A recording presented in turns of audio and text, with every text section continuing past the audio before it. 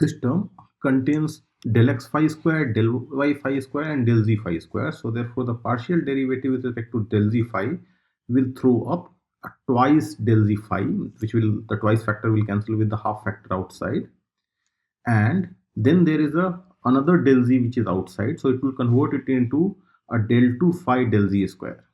Okay, first derivative of del Lagrangian with del phi, del z phi will give you twice of del z phi with two factor that cancels out, and therefore I have a double derivative of phi.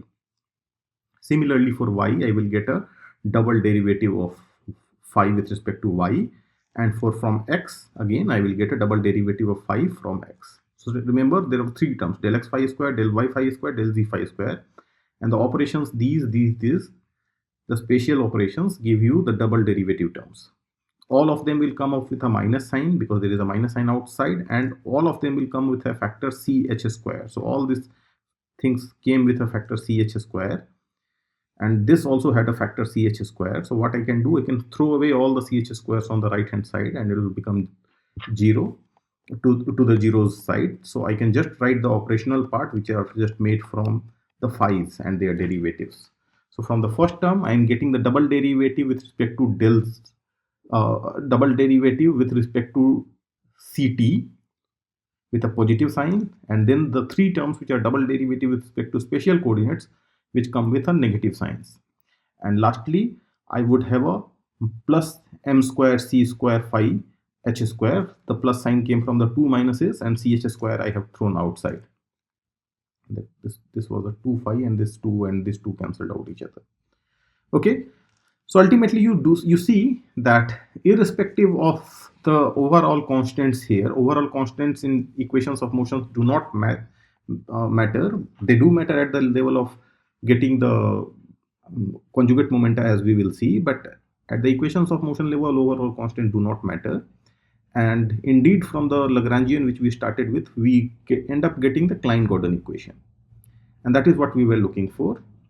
So we have identified a Lagrangian from which Klein-Gordon equations can be obtained, and now I can do the business of going to phase space with this Lagrangian and quantize the theory.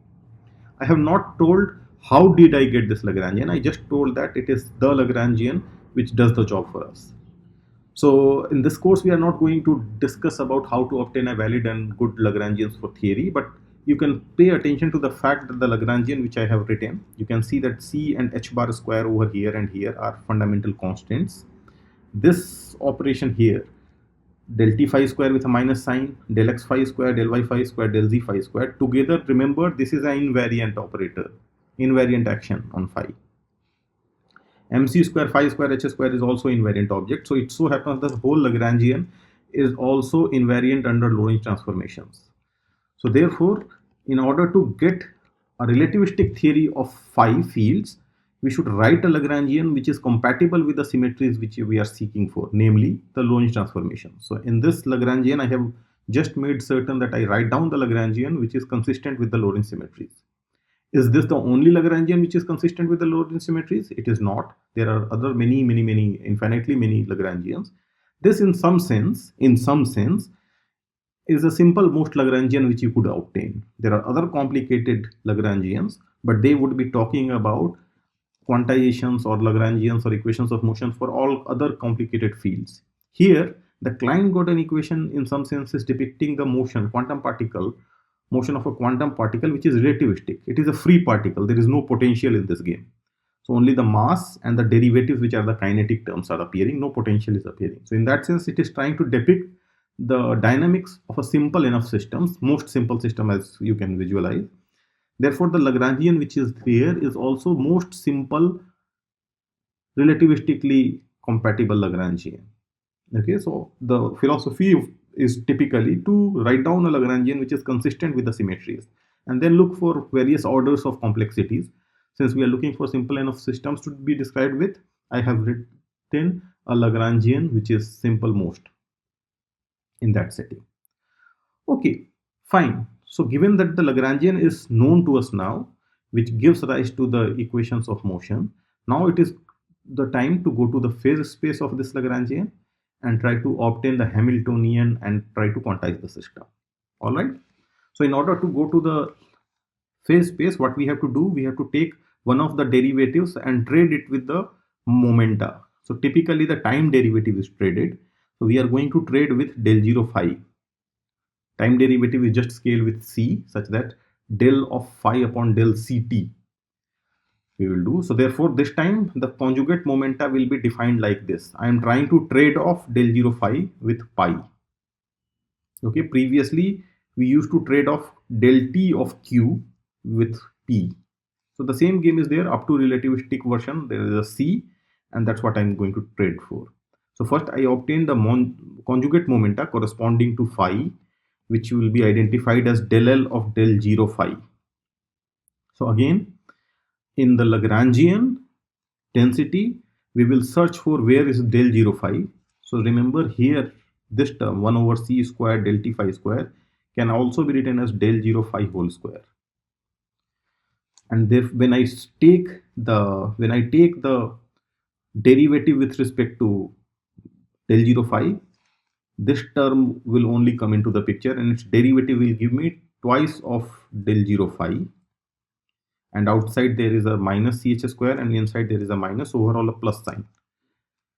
And outside also there is a twice factor which is in the downstairs, and ch square which is outside. So ultimately I'm getting ch square del 0 phi. So that's what I should get, ch square del 0 phi. And remember that del 0 is del 0 is del phi upon del ct. So c here and c hiding in the del 0's definition cancel each other, and I have just h square times phi dot. This dot is derivative with respect to time and not with respect to ct. C has been cancelled. All right. So now we have the field, its conjugate momenta at hand, and the Lagrangian we have identified. We can go to the Hamiltonian and the phase space as we do in classical mechanics as well. So Hamiltonian in classical mechanics is obtained from qp dot minus the Lagrangian. So q dot p, sorry, not qp dot, q dot p or pq dot minus l. Okay, so p is the quantity you are trying to obtain as a new variable in the place of q dot. This is what it is being traded for. So Hamiltonian will be a function of q and p. Lagrangian was a function of q and q dot. So q dot is being replaced by the new quantity p. Similarly, for fields, del 0 phi is trying to get replaced, and it is trying to get replaced by pi. So pi del 0 phi minus Lagrangian density. That's what we would have. So again, remember the momenta pi was h square phi dot. So I will write pi as h square phi dot, and del 0 phi is phi dot upon c. Okay, this would be phi dot upon c. So effectively you will get h square by c times phi dot square, which I have written in a funny way, c times h square divided by c square, which will just give you h bar square times c and phi dot square, and minus the Lagrangian. Okay, so far so good. Let me just clean it up so that we can clearly see what we are headed to. So secondly, minus Lagrangian. So Lagrangian is coming with its own phi dot square. So remember, Lagrangian has minus hc square by 2 and minus 1 upon c square phi dot square. And there is special derivative which I will come to in a minute. But you see, Lagrangian itself is coming with hc square divided by c square phi dot square. Okay, so sorry, so not hc square, h square c here outside. Sorry, I'm making h square c here. So you see, the similar kind of term which is appearing here is also coming from the Lagrangian, but with a half factor. This term did not have a half factor, this has a half factor. So they will subtract out, and only half of this term will survive. So that is what it is here. Half of first term will survive because another half is coming from the Lagrangian, which will partially cancel it. Now what about the spatial derivatives? Spatial derivatives from here, for example, we are coming with all the spatial derivatives were there. Del x phi squared, del y phi squared. They will just come with negative signs in the Lagrangian with a h square c by 2 factor, and under minus L they will become positive signs. So you will get a half of all the spatial derivatives squared, the gradient squared. Lastly, there was a minus, so there was a inside, uh, yeah, so overall in the Lagrangian, if you look at, there was minus mc square, m square c square upon h square, phi square was there overall, with a plus sign rather, and then effectively with the Lagrangians outside minus, there was this minus sign here, and minus L will convert into a plus. So just let me have a look at once more. In the yeah, so effectively this should have been a plus only. Let me see. They should have been a plus. All the things have the same sign over here. So minus k square, and here I should get a minus ch square. Yeah, so it should have been a plus over here. Fine. So therefore, overall you will get a plus from here. So you will get total Lagrangian is subtracted out. What it does, it makes it half of its value, and the spatial derivatives comes with positive sign, and the mass term comes with a positive sign, and ultimately you have this as your Hamiltonian. You see, Hamiltonian is made up of ch square, then half of the temporal derivative square, half of the spatial derivative square, and the phi square with mass square, h square, and h bar square. So which can compactly be written as a last term over here. Remember, phi dot was what? Pi upon h square. So phi dot was pi upon h square. So game of going to phase space is complete when you jump to the variable in the phase space. So phi dot will be replaced by pi upon h square. So this quantity here, which is appearing, okay, is nothing but is not yeah. So it is nothing but pi upon h square to the power 2. So pi square upon h4. Okay, pi square upon h4, and there was a c square which I have probably missed out, which is this c square. Okay, so this is your Hamiltonian. You can see the Hamiltonian is made up of only squared quantity. This is pi square upon c square h4. This is Laplacian of phi square, and then m square c square phi square h square. So this is the Hamiltonian, which is positive semi-definite. There is no quantity which is single power or odd power, or no quantity which is coming with negative sign.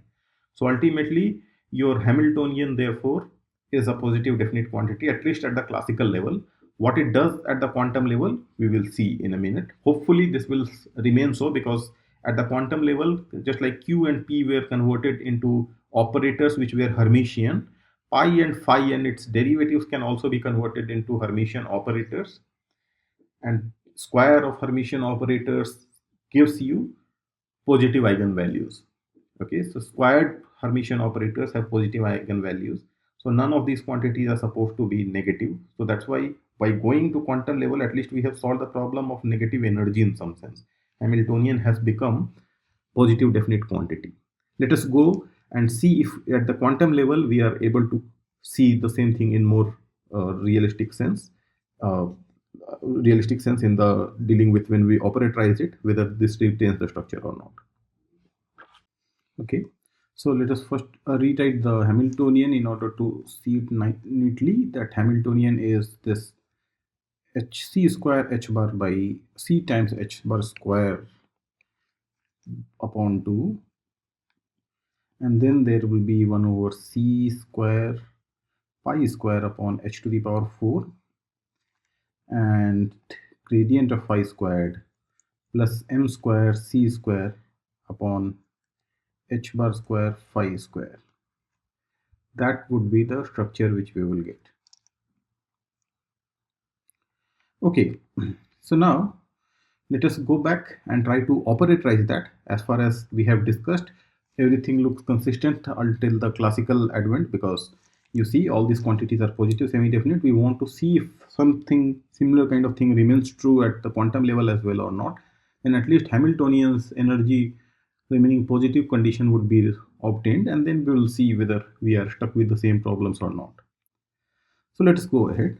So remember, we had the Klein-Gordon equation which we wanted to operatorize. So we do that.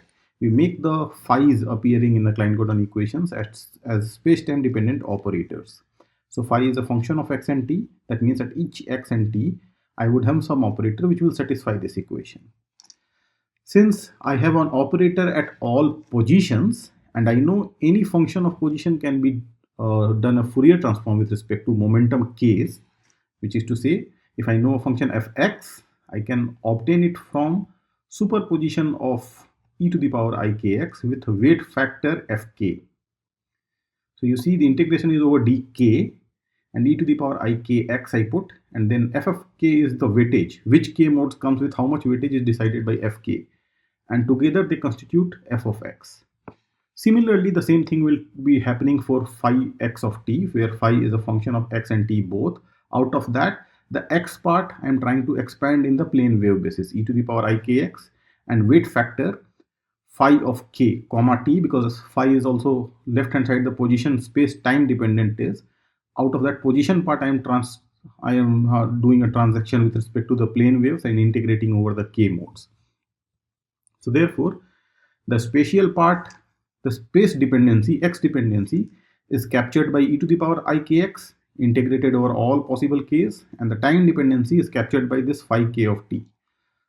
So this is how a superposition I am proposing that exists to write down the operator from the position space to Fourier space. That means how many different operators at momenta k, this should be a vector k, momenta k, constitute with a weightage e to the power ikx an operator at location x. So at one location x, this is space location x, there are different k's, k1, k2, k3, all of them combined to give you one operator at x. This is the essence.